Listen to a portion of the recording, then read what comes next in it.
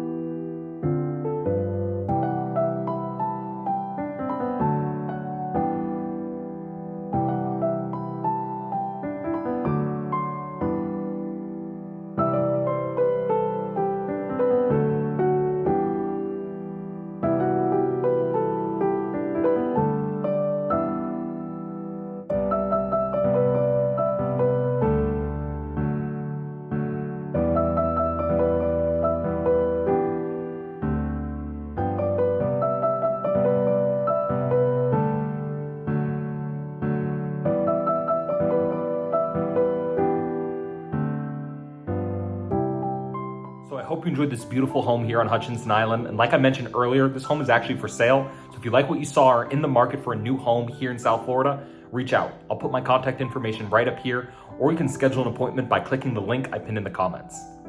Whether you're looking for a townhouse, single family, or even a condo on the water, you've got options. Buying and especially selling a home is something you want to strategize, something that we can work together on so you can take advantage of these opportunities as they become available.